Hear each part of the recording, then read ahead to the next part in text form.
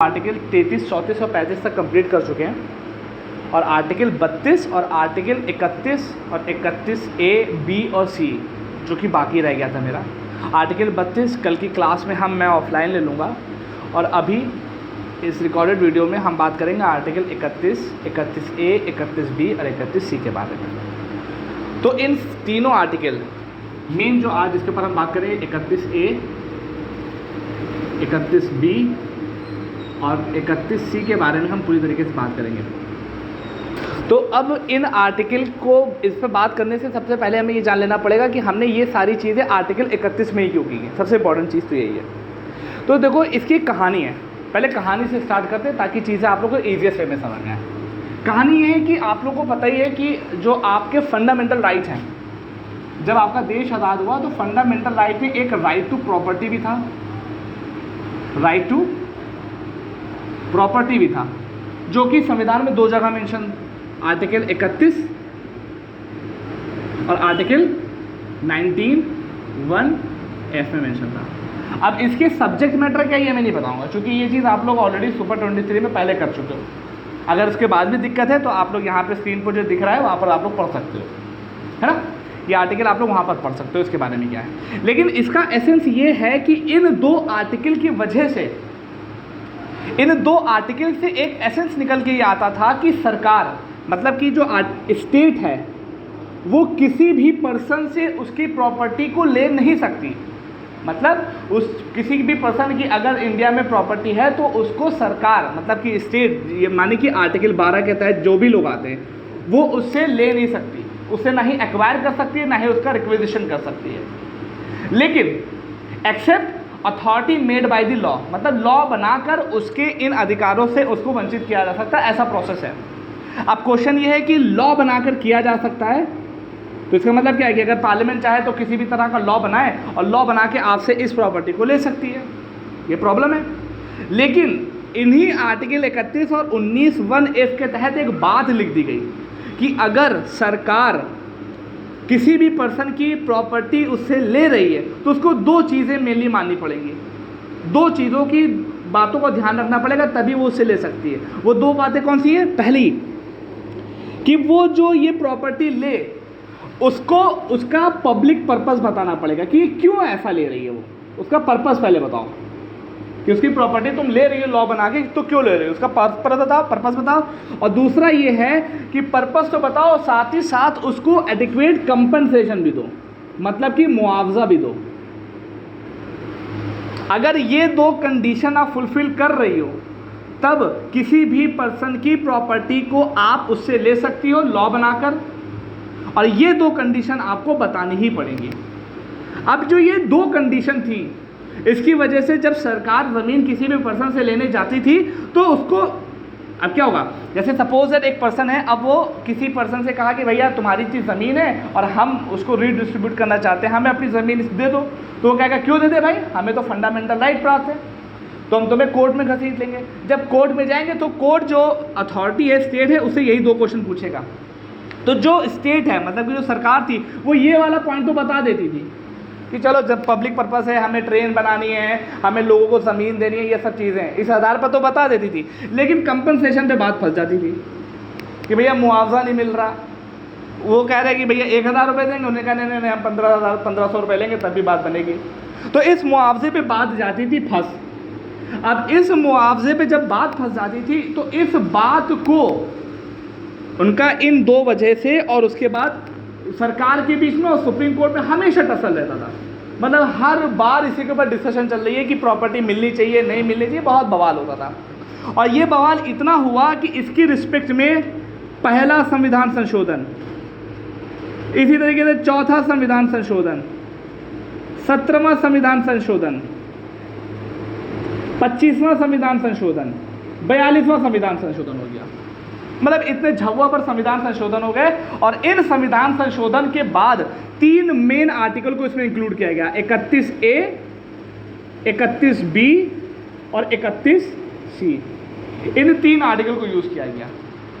किन आर्टिकल को? 31 ए, 31 बी और 31 सी। ये जो कंपनसेशन का पॉइंट था, इस पर हमेशा प्रॉब्लम क्रिएट होती थी और प्रॉब्लम क्रिएट करने के चक्कर में सुप्रीम कोर्ट फैसला दे कुछ उस फैसले को नल एंड वॉइड करने के लिए पार्लियामेंट कुछ एक्ट लिया है, फिर कुछ सुप्रीम कोर्ट का है, पार्लियामेंट कुछ, सुप्रीम कोर्ट, पार्लियामेंट, करते करते इतना बवाल हो गया और करते करते 3 नए बवाल हम यूपीएससी एस्पिरेंट के लिए हो गया, हम लोग के लिए बवाल ही आ गया। अब इसको आपको पढ़ना है, और जो कि इससे लास्ट ईयर एक क्वेश्चन भी पूछा गया है। अभी क्या पूछा गया वो मैं आपको एक्सप्लेन करूँगा। तो पॉइंट मैं फिर एक बार फिर से तो समराइज कर दूँ कि राइट टू प्रॉपर्टी जो कि हमारा फंडामेंटल राइट था, आर्टिकल 31 में है, आर्टिकल 19 1F में क्या है, इसका सब्जेक्ट मैटर क्या है, ये आप लोग बेहतर तरीके से जानते हो। अब होता क्या था कि सरकार को जब डेवलपमेंट काम करने होते थे तो सरकार जब लोगों से उनकी प्रॉपर्टी लेने के लिए जाती थी तो लोग कहते थे हमारे पास ये 2 अधिकार है, हम तुमको ज़मीन नहीं देंगे। सरकार ने कहा कि हमारी मजबूरी, हम तुमसे लेंगे ज़रूर, आर्टिकल संविधान में लिखा हुआ है।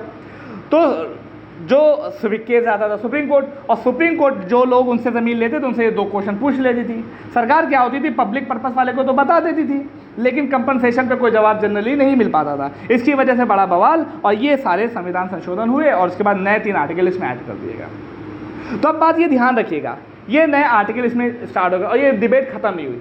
ये वाली डिबेट खत्म कब हुई, ये वाली डिबेट खत्म होती है 44वें संविधान संशोधन से,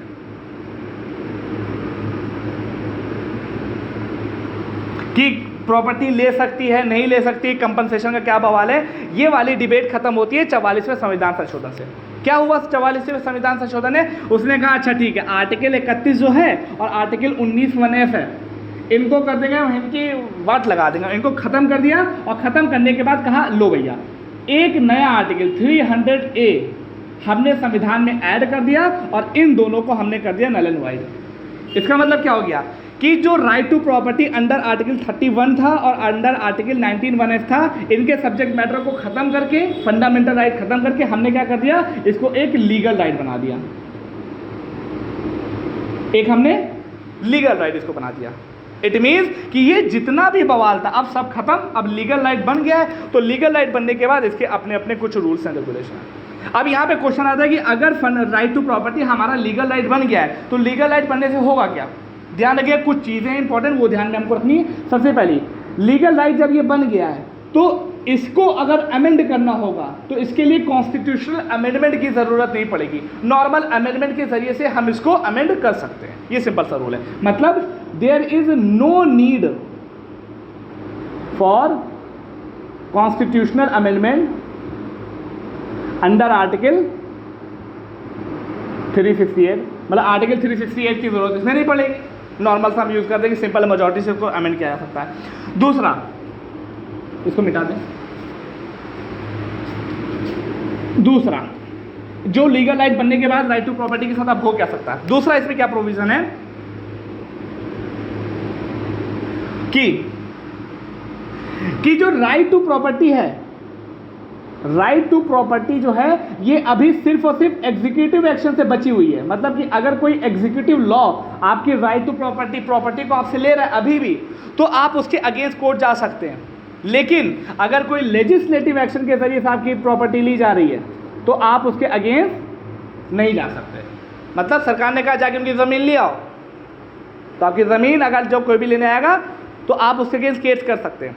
लेकिन अगर सरकार कानून बना के कोई कहते कि भैया उसकी ज़मीन हमको चाहिए, तब आप उसको रोक नहीं सकते, क्योंकि लीगल राइट बन गया है। अगर संवैधानिक होता तो आप सुप्रीम कोर्ट या हाई कोर्ट जा सकते थे। तीसरी बात जो कि बहुत ज़्यादा इंपॉर्टेंट है, इसमें वो ध्यान देने वाली बात यह है कि इसमें अब कंपल्सरी कंपनसेशन को ख़त्म कर दिया है।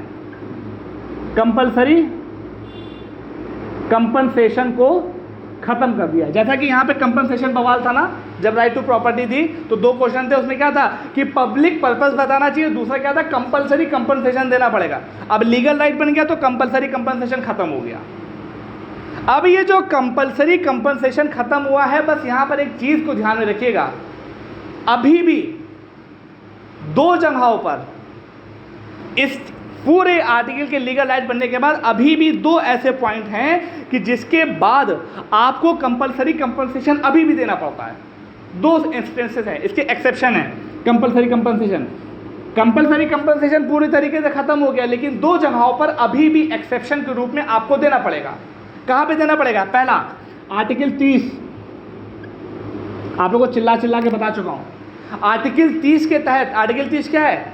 कि अगर कोई भी एजुकेशनल इंस्टीट्यूशन है माइनॉरिटीज़ का और अगर उसकी कोई प्रॉपर्टी सरकार लेती है तो उसको कंपलसरी कंपनसेशन देना पड़ेगा।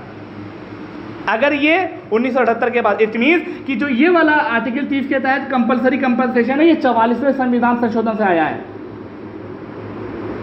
बहुत ध्यान से देखिएगा, किससे आया है? 44वें संविधान संशोधन ने कह दिया कि कंपलसरी कंपनसेशन ऑलरेडी तो खत्म हो गया है, लेकिन एक जगह पर आपको देना पड़ेगा आर्टिकल 30 के तहत, और एक दूसरा जगह जहां पर आपको मैंडेटरी कंपनसेशन देना पड़ेगा वो ये है कि अगर कोई आपके पास जमीन है और वो स्टैट्यूटरी सीलिंग के भीतर है, स्टैट्यूटरी सीलिंग के अंतर्गत है, तब भी आपको मैंडेटरी कंपनसेशन मिलेगा। और अगर कोई पर्सनल आपकी एग्रीकल्चर लैंड है, पर्सनल एग्रीकल्चरल लैंड है, तब भी आपको मैंडेटरी कंपनसेशन मिलेगा, अन्यथा नहीं मिलेगा। अब पॉइंट ये आता है कि यहां पर जो मैंने वर्ड लिखा है स्टैट्यूटरी सीलिंग, इसका मतलब क्या है? ध्यान से देखना कि सरकार जब लैंड रिफॉर्म की कॉन्सेप्ट लेके आ रही है तो उसने क्या काम किया है कि उसने हर तरह की ज़मीन पर, जनरली हर तरह की ज़मीन पर एक सीलिंग लगाई है कि एक पर्सन अपने पास मैक्सिमम कितनी ज़मीन रख सकता है। जैसे मान लो कि सरकार ने बोला कि एक पर्सन एग्रीकल्चर लैंड है वो 50 एकड़ ही रख सकता है, इससे ज़्यादा नहीं रख सकता। सरकार ने कहा स्टैट्यूटरी जहाँ पे लग जाए, समझ ली लॉ के अकॉर्डिंग बात हो रही है। इट मीन सरकार ने बोला कि अगर कोई किसी के पास एग्रीकल्चर लैंड है तो मैक्सिमम उसके पास 50 एकड़ हो सकती है। अगर 50 एकड़ से ज़्यादा है तो सरकार उससे वो वाली ज़मीन उससे ले सकती है। बहुत ध्यान से देना। अब सपोज दैट स्टैट्यूटरी सीलिंग 50 एकड़ है। अब दो कंडीशन देखो, एक कंडीशन देखो, एक पर्सन है जिसके पास 70 एकड़ ज़मीन है। बहुत ध्यान से देखना, 70 एकड़ ज़मीन है। अब सरकार ने कहा भैया ऐसा है स्टैट्यूटरी सीलिंग है 50 की, तुम्हारे पास एक्स्ट्रा ज़मीन कितनी है? 20 एकड़। तो 20 एकड़ अगर सरकार चाहे तो उससे ज़मीन ले लेगी और उसको कंपनसेशन दे चाहे ना दे, क्योंकि स्टैट्यूटरी सीलिंग के बियॉन्ड है। अब ये रूल क्या कहता है कि स्टैट्यूटरी सीलिंग के भीतर अगर है कोई। अब दूसरी कंडीशन देखो, अगर मान लो एक पर्सन है जिसके पास 50 एकड़ ज़मीन है, मान लो सीलिंग कितनी है 50 एकड़, और सरकार को ज़रूरत पड़ गई, हाईवे पे है, अब हाईवे बनाना है, जैसे मैं ट्रेन वाला एग्जाम्पल लेता हूँ, अब ये 50 एकड़ ज़मीन है, अब उसको ज़मीन की ज़रूरत पड़ गई कि भैया 20 एकड़ की ज़मीन सरकार को चाहिए। स्टैट्यूटरी सीलिंग कितनी है 50, बेचारे के पास 50 ही है। अब सरकार जब इससे लेगी, ले सकती है ना, लेकिन अब यहाँ पर उसको कंपनसेशन देना मैंडेटरी हो जाएगा। क्यों? क्योंकि कंपनसेटरी स्टैट्यूटरी सीलिंग के भीतर वो आ रहा है। तो इट मीन्स क्या है कि अगर स्टैट्यूटरी सीलिंग के भीतर कोई लैंड है, उसके ऊपर आपसे लैंड सरकार ले रही है, तो आपको कंपनसेशन मैंडेटरी देगी। अगर उसके ऊपर आपके पास ज़मीन है, जैसे इन भाई साहब के पास 70 थी, 20 एकड़ ज़्यादा थी, तो सरकार चाहे तो दे चाहे तो ना दे, यहाँ पर देना चाहिए। इसी तरीके से एक है पर्सनल एग्रीकल्चर लैंड। अगर किसी के पास एग्रीकल्चर की कोई पर्सनल लैंड है, उस रिस्पेक्ट में भी आपको मैंडेटरी कंपनसेशन आपको मिलेगा। जैसे आपने कभी देखा होगा, कभी आप गांव देहात जाएं तो खेत के अंतर्गत कभी कभी देखा होगा बड़े बड़े से टावर लगे थे, उसमें लाइट के करंट जा रहे होते हैं। तो जब सरकार वहाँ पे लगाती है तो उसके लिए कंपनसेशन गाँव वालों को, देहात वालों को देती है, मैंडेटरी है। ठीक है। तो राइट टू प्रॉपर्टी के तहत क्या हुआ, जब हमने 44वें संविधान संशोधन से 300A को लीगल राइट बना दिया, तो अब इसके साथ 3-4 चीज़ें ऐड हो गई। पहली कि अगर इसमें चेंजेस करने होंगे तो संविधान संशोधन की ज़रूरत नहीं। दूसरा पॉइंट कि अब ये जो राइट टू प्रॉपर्टी है, ये एग्जीक्यूटिव एक्शन से तो सेव है, लेकिन लेजिस्लेटिव एक्शन से सेव नहीं है। इसका मतलब क्या? सरकार कह दे उसकी जाके ज़मीन ले आओ, आपको प्रोटेक्शन है, आप कोर्ट जा सकते हो, लेकिन सरकार कहे ये लो हम लॉ बना के दे रहे, जाके उसकी ज़मीन ले आओ, लॉ बना के, तब आपको प्रोटेक्शन नहीं है। तीसरी पॉइंट कि जो कंपलसरी कंपनसेशन था राइट टू प्रॉपर्टी में 1978 से पहले, उसको ख़त्म कर दिया गया, लेकिन इसके दो एक्सेप्शन है। पहला आर्टिकल 30 जिसको 44वें संविधान संशोधन से ऐड किया गया, और दूसरा वाला स्टैट्यूटरी सीलिंग, इसको किसके तहत ऐड किया गया है? अब जिसको पता हो वो बताएगा, कमेंट सेक्शन में आप सब लोग बताना कि ये जो स्टैट्यूटरी सीलिंग वाला कॉन्सेप्ट है ये कब इंक्लूड किया गया है ना। अब बात आगे बढ़ाते हैं। तो ये प्रोसेस था आपका इतना बड़ा। आई होप कि यहाँ पर कोई दिक्कत तो नहीं होगी। दिक्कत है? अगर है तो बता देना। तो अभी हम लोगों ने क्या पढ़ लिया? हम लोगों ने ये देख लिया कि राइट टू प्रॉपर्टी का अभी स्टेटस क्या है। भाई इतना ही स्टेटस है। अगर आपको इतना ध्यान पता है वेल एंड गुड है, नहीं पता है तो एक बार फिर से देख लेना, सारा काम हो जाएगा। अब क्या काम करते हैं? जो 3 रायता हम लोगों ने फैलाया, हम लोग की सरकारों ने फैलाया, आर्टिकल 31A, B, C, एक एक करके सबको देखे लेते हैं। तो सबसे पहले हेडिंग रहेगी आर्टिकल 31A। अब 31A क्या कहता है, यहाँ पे आप पढ़ सकते हो, लेकिन मैं लिखे दे रहा हूँ। Saving of laws, saving of laws providing for providing for acquisition of states etcetera. है क्या वर्ड लिख दे, धमाका है। देखो स्टेट, ध्यान रखना वो स्टेट नहीं, ई स्टेट ऐसे बोलना, e state not state, e state. अभी क्या इसका अपना पर्पस है,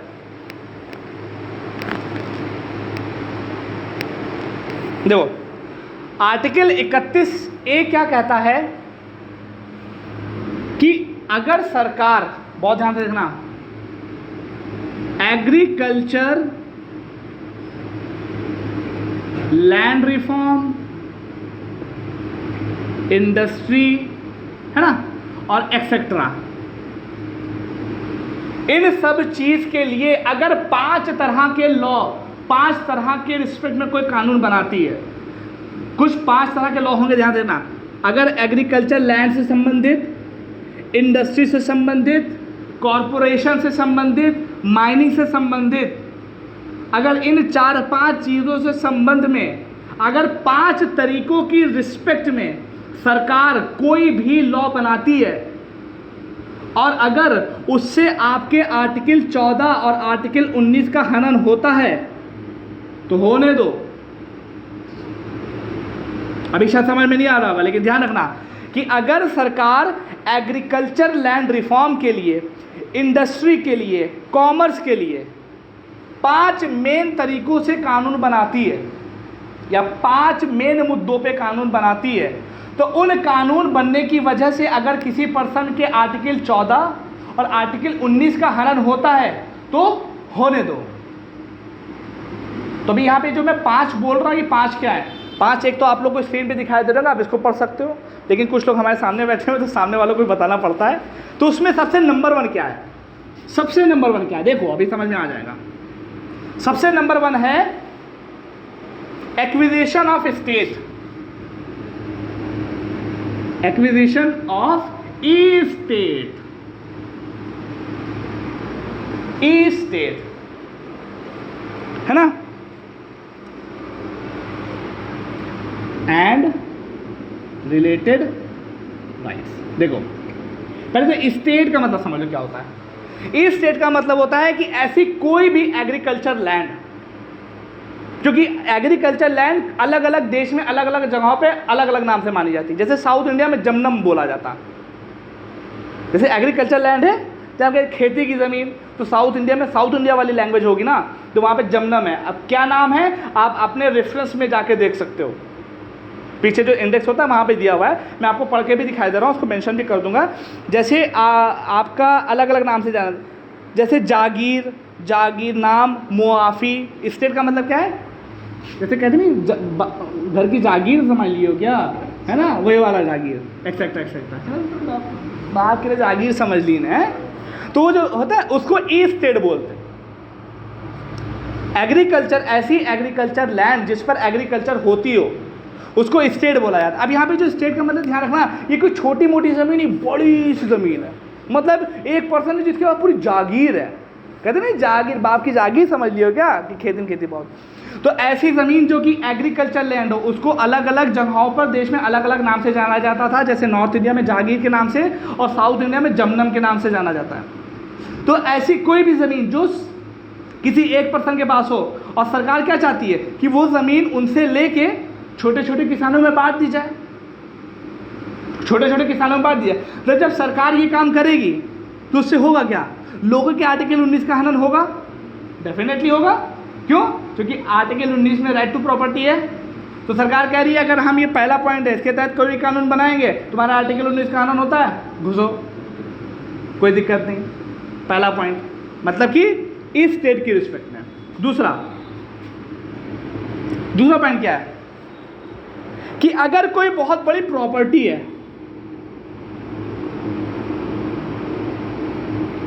और प्रॉपर्टी का मैनेजमेंट है, अगर प्रॉपर्टी का मैनेजमेंट गवर्नमेंट अपने अंदर में ले ले, ये तो बहुत बड़ी प्रॉपर्टी है। अब कोई जागीर ज़मींदार साहब हैं, उनकी बहुत बड़ी प्रॉपर्टी है। अब वो क्या करते हैं, अभी भी बहुत बड़े नेता बन रहे हैं और उन्हें अपने यहाँ के जो लोकल लोग हैं उनके ऊपर बड़ा जुल्म ढाते हैं कि तुम आके ये करो हमारे लिए, तुम आके हमारी का ये काम करो, तुम आके ये काम करो, चूँकि हमारे पास बहुत ज़्यादा ज़मीन है और ज़मीन के होने की वजह से उसका वो गलत यूज़ कर रहे हैं। तो सरकार ने क्या ऐसा है, प्रॉपर्टी का मैनेजमेंट अभी किसके पास है, ज़मींदार साहब के पास। घुमाओ और कस के मारो, भगाओ। अब मैनेजमेंट कौन ले लेगा, सरकार ले लेगी। तो जो ज़मींदार साहब है उनके किस राइट का हनन होगा, आर्टिकल 19। कहाँ जाएंगे, कोर्ट। जब कोर्ट जाएंगे कहेंगे हमारे आर्टिकल 19 का हनन हो रहा है, क्या कह रहे बबुआ जाके शाबाश सर की क्लास नहीं किए हो, इतने कसर से चिल्ला पढ़ा रहे 31A उसके लिए एक्सेप्शन है, अब तुम चिल्लाते रहो, सरकार कानून बना चुकी है, ठीक है। तो 31A में क्या कहा गया कि अगर किसी की प्रॉपर्टी ज़मीन है उसका मैनेजमेंट सरकार ले रही है, उससे किसी का आर्टिकल 14 या 19 का हनन हो रहा है, होने दो, ठीक है। इसी तरीके से तीसरा पॉइंट कि जब देश आज़ाद हुआ तो हुआ क्या था, देश आज़ाद हुआ तो छोटी छोटी कंपनियां थी, बहुत बड़ी बड़ी कंपनियां थी, इतना आसान भी नहीं था कंपनी का बनाना। तो कुछ कॉरपोरेशन थे, छोटा सा एक ग्रुप कंपनी थी, कोई दूसरी ग्रुप कंपनी थी। तो सरकार ने क्या सोचा कि ऐसा है छोटे छोटे काम कर रहा है, थोड़ा बड़ा मिलकर काम करो, तो दोनों को मिला दिया, 2 को मिला दिया, 3 को मिला दिया। तो जब अमलगमेशन हुआ तो भी कहने का ये आर्टिकल 19 का हनन हो रहा है, चूँकि राइट टू आपको याद होगा article 19(1) EAA MRP expression association assembly कर सकते हैं ना, एसोसिएशन बना सकते हैं ना, अपना प्रोफेशन कर सकते हैं ना, कि हमारा आर्टिकल 19 का कानून हो रहा है, होने दो। अगर अमलगमेशन का मतलब होता है 2 चीज़ों को आपस में मिला देना, मिलाना किसी, जैसे कभी कोई चीज़ आप लेके आओ, पनीर लेके आओ, उसमें मसाला मिलाते हो तो जो क्या करते हो, अमलगमेट करते हो ना, गबड़ते हो जिसको बोलते हैं गबड़ा। तो सरकार भी ये गबड़ा कर रही है, छोटे छोटे से थे उनको सबको आपस में मिला देना। अगर इससे किसी का आर्टिकल 14 आर्टिकल 19 का हनन होता है, होने दो। तो अमलगमेशन ऑफ कॉरपोरेशन से, कॉरपोरेशन वाली छोटी छोटी कंपनियों के बारे में, किसी के आर्टिकल 14 19 का हनन होता है, होने दो। इसी तरीके से चौथा पॉइंट क्या था कि ये जो कॉरपोरेशन है इसमें कुछ लोग होंगे जो अपना काम करते होंगे, कुछ डिसीजन मेकर होंगे, किसी का वोट शेयरिंग होगा, कोई किसी की बात ज़्यादा मानी जाती है, किसी की बात कम मानी जाती होगी। सरकार को लगता है इसकी वजह से दिक्कत हो रही है, तो सरकार उसका जो मैनेजमेंट है उसको भी चेंज कर सकती है, वोटिंग राइट को उनके चेंज कर सकती है। जैसे मान लो कि एक कंपनी थी, कॉरपोरेशन था, 5 लोगों का था, अब वो पूरे रीजन में फैला हुआ है, अब खाली लेकिन उस पूरे रीजन में 5 लोगों की चल रही है। सरकार ने कहा यार गलत है यार, 5 लोग हैं, पूरे 5000 लोगों पर हुक्म चला रहे हैं। तो सरकार ने कहा जो मैनेजमेंट में 5 लोग हैं इनको हम चेंज कर देंगे, इसमें कई और लोगों को भी इंक्लूड करेंगे, पब्लिक लोगों को।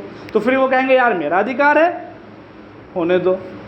मैनेजमेंट में चेंजेस करना वैसे इतना इंपॉर्टेंट नहीं, लेकिन मैं आप लोगों को बता दे रहा हूँ, मैनेजमेंट में चेंजेस आर्टिकल होने दो। इसी तरीके से लास्ट पॉइंट है कि अगर कोई माइन की लीज है किसी के पास, लीज जैसे होता नहीं है कि अधिकार देगी 25 साल तक तुम इस जगह से तुम ही खुदाई करोगे, जितना कोयला निकलेगा, सोना निकलेगा, सब तुम्हारा है। सरकार ने कहा हम इस माइन को भी चेंज कर सकते हैं। क्यों भाई, तुम्हारे थोड़े ना अधिकार है, जो बाकी लोग हैं क्या गधे की तरह बैठे रहेंगे मुंह बधिर होके, नहीं, उनको भी चाहिए। तो माइन का जो अधिकार था, जो लीज था, उसको भी सरकार ने क्या कहा कि हम इसको भी चेंज करेंगे, और इसको चेंज करने से अगर तुम्हारा आर्टिकल 14 या आर्टिकल 19 का हनन होता है, होने दो। तो अब मैं फिर इसी को समराइज कर रहा हूं। आर्टिकल 31 क्या कहता है कि उन लॉ को प्रोटेक्शन प्रोवाइड करता है, उन लॉ को सेव करता है जो एक्विजिशन करते हैं। एक्विजिशन का मतलब क्या, अपने अधिकार में रखते हैं, अपने अधिकार में लेते हैं। किस चीज़ को, स्टेट को। स्टेट का मतलब मैं बता चुका, एग्रीकल्चर लैंड, जो कि बहुत बड़े बड़े लेवल पर स्टेट को प्रॉपर्टी के मैनेजमेंट पर एक्विजिशन करती है सरकार। अगर 2 कॉरपोरेशन या 2 से ज़्यादा कॉरपोरेशन को आपस में मिला देती है, मैनेजमेंट चेंज करती है, उसी तरीके से माइन की लीज को चेंज करती है। इसको करने के लिए सरकार अगर कोई लॉ बना रही है, और लॉ बनाने से अगर किसी का आर्टिकल 14 और आर्टिकल 19 का हनन होता है, होने दो, सरकार के कानून लागू रहेंगे। और एक बात ध्यान रखिएगा, ये जो आपके आर्टिकल 31A है, ये किस संविधान संशोधन के तहत आया है, फर्स्ट कॉन्स्टिट्यूशनल अमेंडमेंट एक्ट 1951। बहुत ध्यान रखना, ये बहुत इंपॉर्टेंट पॉइंट है। ये है आपका आर्टिकल 31A। बात समझ में आ रही है। अभी आर्टिकल 31 यहाँ पर नहीं खत्म हुआ। आर्टिकल 31 ने इसमें एक बात और बोली जो कि बहुत इंपॉर्टेंट बात है, अगर ऊपर हो गया तो मैं मिटा दूँ, नहीं मिटा जाऊँगा, यहीं पर लिखे दे रहा हूँ। आर्टिकल 31A ने एक बात और बोली, इस बातों के अलावा एक बहुत इंपॉर्टेंट बात बोली। उसने बोला कि ये जितने भी लॉ हैं इसके ऊपर जुडिशियल रिव्यू नहीं ले सकती।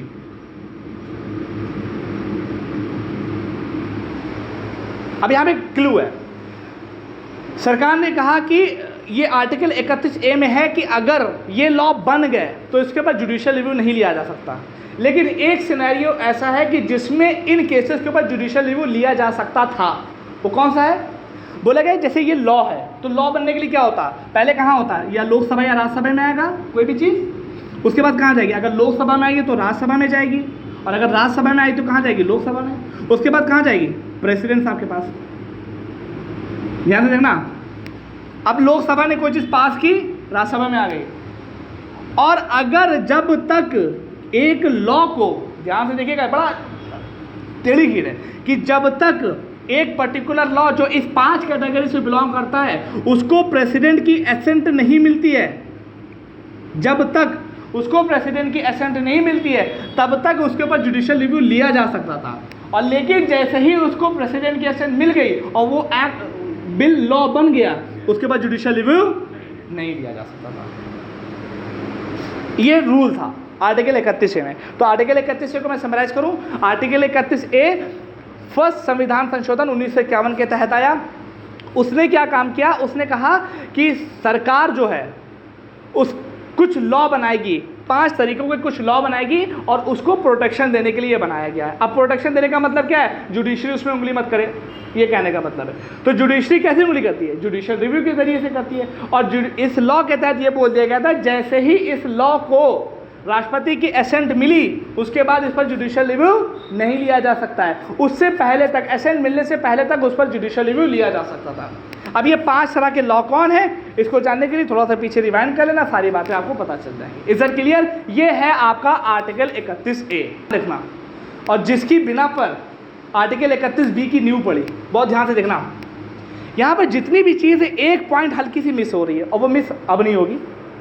इसमें बोला गया था अगर ये लॉ बनाया तो हम लोग क्या बोल रहे थे, आर्टिकल 14 या आर्टिकल 19 का हनन हो। बहुत ध्यान से देखना, क्या बोले थे, आर्टिकल 14 और अगर आर्टिकल 19 का हनन हो रहा है तो वहाँ पर आर्टिकल 31A लागू होगा। इट मीन्स एक हिसाब से देखो तो article 31A is greater than article 14 और 19, ये बोल सकते हैं, सिंपल सा।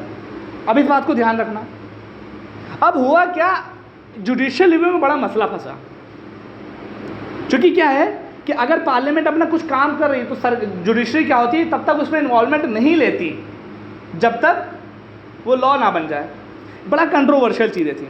अब इस प्रॉब्लम के ऊपर सरकार ने एक तगड़ी खेल खेली, सरकार ने एक नया खेल किया। सरकार ने कहा कि अभी इसमें बड़ी दिक्कतें हो रही है, हम पूरे तरीके से काम नहीं कर पा रहे। तो सरकार ने कहा ठीक है 31A तो मेरे पास हथियार है, लेकिन अब हम एक नया ब्रह्मास्त्र लेके आ रहे हैं जो इसका भी बाप है, बाप नहीं दादा है। क्या है, अब हम आर्टिकल 31B लेके आ रहे हैं।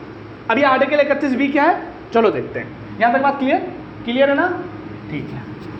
अब आर्टिकल 31B लेके आई सरकार। अब आर्टिकल 31B क्या है, इसका ब्रह्मास्त्र, मतलब ब्रह्मोस मिसाइल है, रशिया के साथ मिलकर बनाई है। हाँ,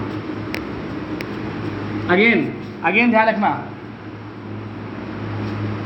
और ये ध्यान रखना ये दोनों चीजें साथ ही साथ हो रही हैं। आर्टिकल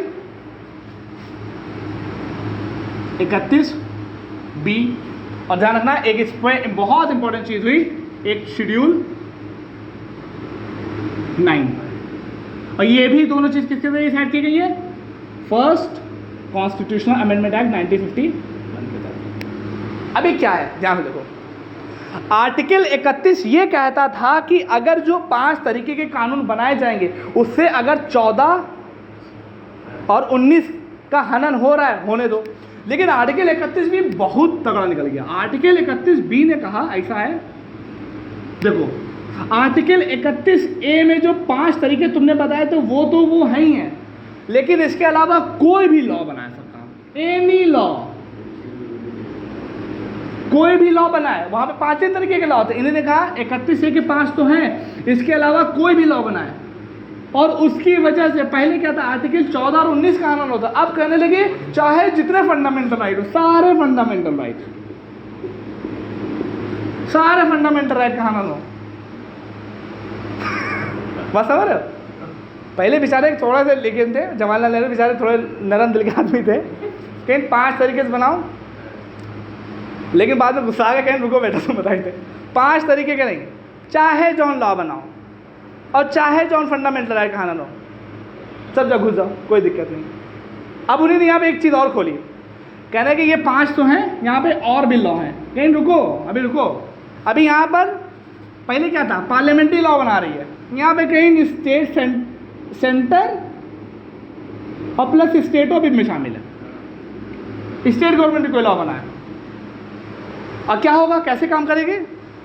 31 भी ये कहता है कि चाहे राज्य सरकार चाहे केंद्र सरकार कोई भी कानून बनाए, और कानून बनाने के बाद क्या करेंगे, जो भी कानून बनाएंगे उसको उठाएंगे, जैसे हमने कोई भी कानून एनी लॉ बनाया उसको उठा के हम नवी शेड्यूल में डाल देंगे, और नवी शेड्यूल ये कहती है कि उसके ऊपर जुडिशियल रिव्यू किया ही नहीं जा सकता, खेले खत्म। और जवाहरलाल नेहरू साहब ने बहुत तगड़ा खेल खेल दिया, खेले खत्म कर दी। तो बात समझिए 31A और 31B में डिफरेंस क्या है। 31A में सिर्फ 5 तरह की बातें की गई थी, 5 पॉइंट बात किए गए थे, वो मैंने 5 आपको एक्सप्लेन कर दिए। इसमें क्या हुआ, सारे इसके अलावा जितने भी लॉ बनाए, चाहे सेंट्रल गवर्नमेंट बनाए चाहे स्टेट गवर्नमेंट बनाए, और उससे चाहे आपके सारे फंडामेंटल राइट का हनन हो रहा हो, बस खाली क्या करना रहेगा, उसको उठा के नवी शेड्यूल में डाल दो, जुडिशियल रिव्यू उस पर नहीं होगा, कोई सुनवाई नहीं। ये था आपका आर्टिकल 31B का मेन सब्जेक्ट मैटर। लेकिन अब देखो आपके ऊपर इसके ऊपर मेंस का क्वेश्चन आया, जो कि आप लोग इसमें देख सकते हैं अपने स्क्रीन पे, देखिए एक मेंस का क्वेश्चन है IR कोहेलू पे, 2007 आया, ध्यान से देखना, 2007 आता है, और सुप्रीम कोर्ट में एक केस आता है IR कोहेलू सोहेलू जो भी बोल दो, Coelho case 2007 versus state of Tamil Nadu का केस है। ये केस आता है और इस केस में बोला जाता है कि नहीं, IR कोहेलू का एक केस आता है और इस केस में बोला जाता है कि नहीं, चूंकि जुडिशियल रिव्यू जो है, जुडिशियल रिव्यू जो है वो हमारे बेसिक स्ट्रक्चर का पार्ट है, as per the Kesavananda Bharati case. Judicial review is a part of basic structure as per the Kesavananda Bharati case 1973। इस वजह से IR कोहेलू केस में सुप्रीम कोर्ट ने ये कह दिया कि जो 31B के तहत नवी शेड्यूल में जो जुडिशियल रिव्यू की पावर को ख़त्म किया गया था वो अब पॉसिबल नहीं है। इट मीन्स कि अगर कोई भी लॉ को हम लोग नवी शेड्यूल में डालेंगे तो उसके ऊपर जुडिशियल रिव्यू अब लिया जा सकता है। एक बार मैं फिर से बोल दूं, यहाँ तक बात समझ में आ गई थी कि कोई भी चीज़ नवी शेड्यूल में डाल देंगे तो उसके ऊपर जुडिशियल रिव्यू नहीं लिया जा सकता था, नहीं लिया जा सकता था। लेकिन 2007 में एक केस होता है IR कोहेलू, चाहे सोहेलू चाहे जागेलू कुछ भी कर लियो, IR कोहेलू केस 2007 में आता है, जिसमें सुप्रीम कोर्ट कहती है कि जो जुडिशियल रिव्यू है ये हमारे बेसिक स्ट्रक्चर का पार्ट है। अब बेसिक स्ट्रक्चर का पार्ट है तो इसको हम डिनाई नहीं कर सकते। तो मैं कहना क्या चाहते हो, खुल के बोलो। उन्होंने कहा कि जुडिशियल रिव्यू जो कि 31B के तहत क्या कहा गया था कि 9 शेड्यूल में अगर कोई भी लॉ चला गया तो उसके ऊपर जुडिशियल रिव्यू नहीं लिया जा सकता। तो IR कोहेलू केस ने कहा नहीं, ये गलत है, ये गलत है। इस गलत का मतलब क्या है कि केशवानंद भारती केस 24 अप्रैल 1973 में बेसिक स्ट्रक्चर का कॉन्सेप्ट आ गया और जो जुडिशियल रिव्यू है वो हमारा बेसिक स्ट्रक्चर का पार्ट है। इसका मतलब कि 24, बहुत ध्यान से देखिएगा, 24 अप्रैल 1973 के बाद से जितने भी लॉ शेड्यूल 9 में डाले गए हैं, अगर लोग चाहें तो उसके ऊपर जुडिशियल रिव्यू ले सकते हैं। ये बात किसने कही? IR कोहेलू केस ने। एक बार और फिर से सुनो, 2007 में एक केस हुआ जिसको हम लोग IR कोहेलू केस कहते हैं। IR कोहेलू केस ने कहा कि ऐसा है कि जो जुडिशियल रिव्यू है वो हमारे बेसिक स्ट्रक्चर का पार्ट है, हम इसको नल एंड वॉइड तो नहीं कर सकते। अब जब नल एंड वॉइड नहीं कर सकते तो इसका मतलब क्या है कि 9th शेड्यूल में जो ये है कि जो भी एक्ट डाले जाएंगे उस पर जुडिशियल रिव्यू नहीं लिया जा सकता। तो सुप्रीम कोर्ट ने IR कोयलू केस में कह दिया कि ऐसे कोई भी लॉ 9th शेड्यूल में जो डाले गए हैं उनके ऊपर जुडिशियल रिव्यू लिया जा सकता है।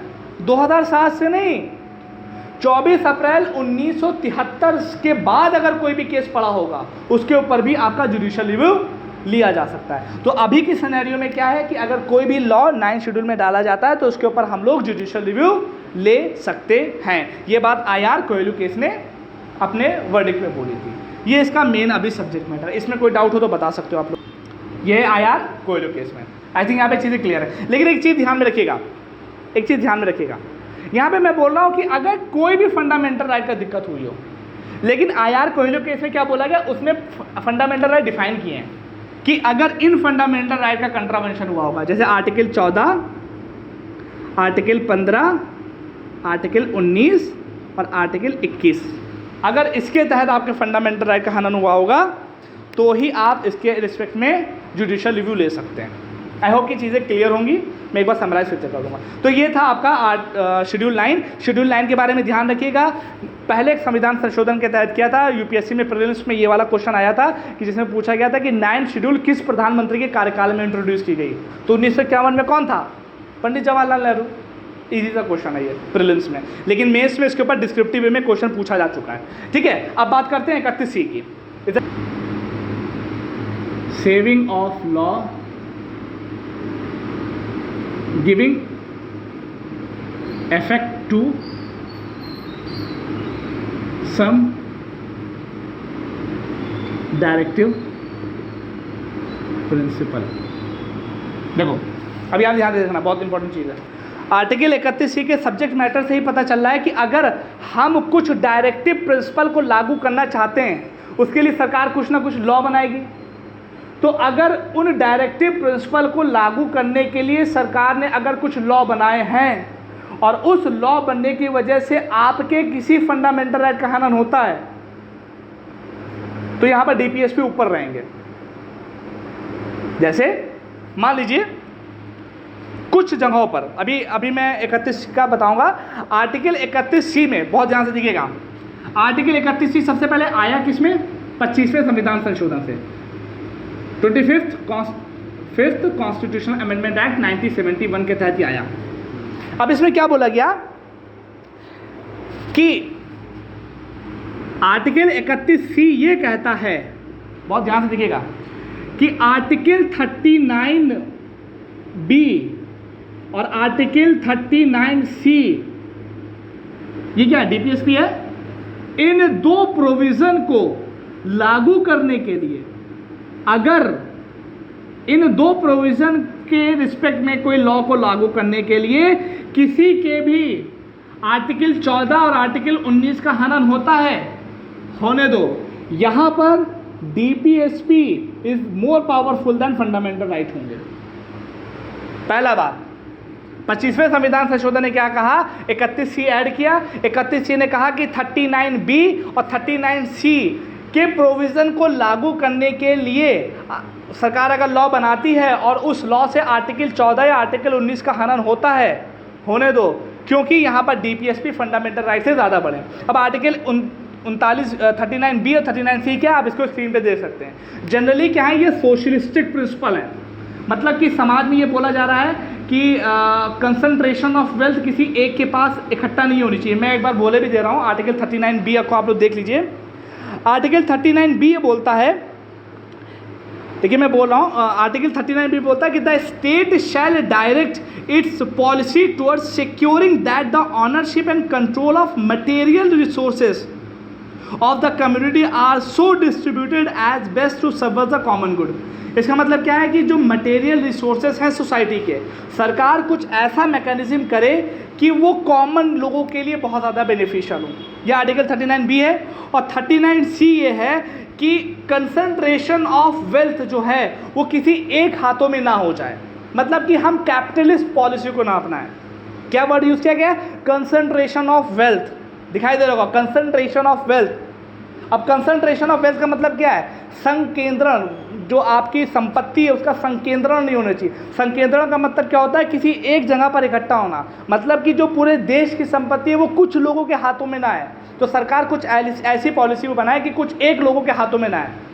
तो ये आर्टिकल 39C में है। और 39B क्या है ये मैंने अभी आप लोगों को बताया। इन प्रोविज़न को लागू करने के लिए अगर सरकार कुछ स्टेप लेती है और उसकी वजह से किसी का आर्टिकल 14 और 19 का हनन होता है तो होने दो, यहाँ पर DPSP फंडामेंटल राइट से ज़्यादा बड़े रहेंगे। और दूसरा पॉइंट ये बोला कि ये अचीव करने में जुडिशियल रिव्यू नहीं लिया जा सकता, जुडिशियल रिव्यू नहीं लिया जा सकता। सुप्रीम का अच्छा उनको बता रहे नहीं लिया जा सकता। कब हुआ? 1971। आ गए हमारे केशवानंद भारती जी, केशवानंद भारती केस 1973। इन्हीं ने क्या बोला इस रिस्पेक्ट में कि भैया ऐसा है कि जो तुमने 25वां संविधान संशोधन में जो 31C तुम लाए हो और इसमें 2 तुमने प्रोविज़न ऐड किए। पहला प्रोविज़न क्या था कि 39B और C लागू होंगे तो ये चले जाएंगे। चलो ये बात तो ठीक है, हमने मान ली, लेकिन दूसरा वाला तुम नहीं कर सकते। क्यों? क्योंकि तुम उठा के पटकेंगे, क्योंकि judicial review is the part of basic structure. तो दूसरे वाले पॉइंट को ख़त्म कर दिया। क्या किया? ध्यान से रखना, पहले पॉइंट को उन्होंने कहा ठीक है, दूसरे पॉइंट को कहा नहीं ठीक है। सिंपल था, यही किया। अब मैडम घबरा गई है, रुको जरा तुम हमसे तगड़े हो। अब देखो मैडम भी नहीं नए शगुफा लेके, हाँ झुकेगा नहीं साला, ये मैडम पहले कर चुकी हैं झुकेगा नहीं साला, अभी देखो 42वां लेके आ रही हूँ तो क्या हुआ? सुप्रीम कोर्ट ने जैसे कहा जुडिशियल रिव्यू नहीं हो सकता, मैडम गुस्सा गई, तलमला गई, कहने कैसे रुको, अभी कैसे नहीं हो सकता? कई लोग 42वां लेके आ रहे हैं। तो मैडम लेके गई 42nd कॉन्स्टिट्यूशनल अमेंडमेंट एक्ट 1976, इनमें तो फैल गई, कहने लगी ऐसा है। हाँ, कहीं अभी तो हम कह रहे थे कि खाली 39 और 39B और 39C। अब हम कह रहे हैं कि सारे फंडामेंट, सारे DPSP, अब कोई भी DPSP को लगाएंगे फंडामेंटल राइट से वो ऊपर हो जाएंगे। इट मीन्स किसी भी DPSP को, आर्टिकल 36 से लेकर 51 तक है DPSP, बात करेंगे इस बारे में कि किसी भी DPSP को लागू करने के लिए अगर किसी के कोई भी फंडामेंटल राइट का हनन होता है, DPSP वहाँ पर सुप्रीम रहेंगे। ये केस उन्होंने बोला। तो सुप्रीम कोर्ट, तुम अब रुको, तुम शेर हो, तुमसे सवाल शेर है हम। अब सुप्रीम कोर्ट आई मिनर्वा मिल्स केस में, हाँ मिनर्वा मिल्स केस में सुप्रीम कोर्ट में आई। मिनर्वा मिल्स केस आया इसके बाद, और मिनर्वा मिल्स केस आने के बाद इस प्रॉब्लम को थोड़ा सा सॉल्व कर दिया गया। मिनर्वा मिल्स केस में ये बोल दिया गया कि जो आपका 25वें में, इसके बाद कौन सा केस आता है? Minerva mills case.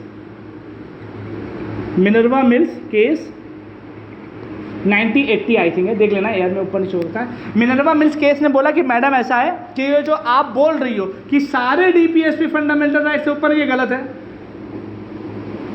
सारे जो हैं DPSP greater than fundamental right, it is wrong.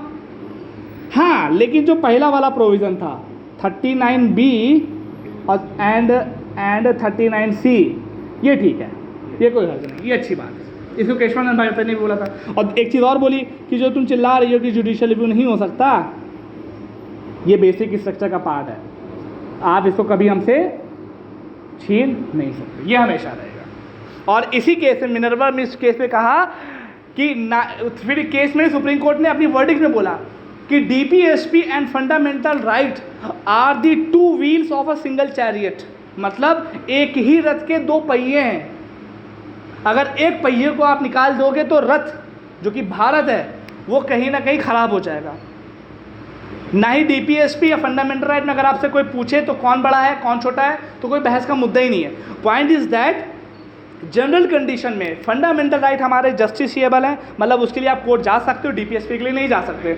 लेकिन कभी कभी इस हिसाब से तो फंडामेंटल राइट बढ़े, लेकिन कुछ सिचुएशन में DPSP के प्रोविज़न को लागू करने के लिए, वो कौन से DPSP हैं? 39B और 39C, इनको लागू करने के लिए फंडामेंटल को कभी ना कभी सप्रेस किया जा सकता है। तो ये है आपका आर्टिकल 31C। मिलिए आप लोग क्लास के बाद। Thank you so much and have a good day. और अच्छा लगे तो बढ़ा देना हैं, और सब्सक्राइब भी कर लेना। और कमेंट भी कर देना। और इसी तरह की वीडियो चाहते हैं तो subscribe the my channel and press the bell hit icon. Okay bye.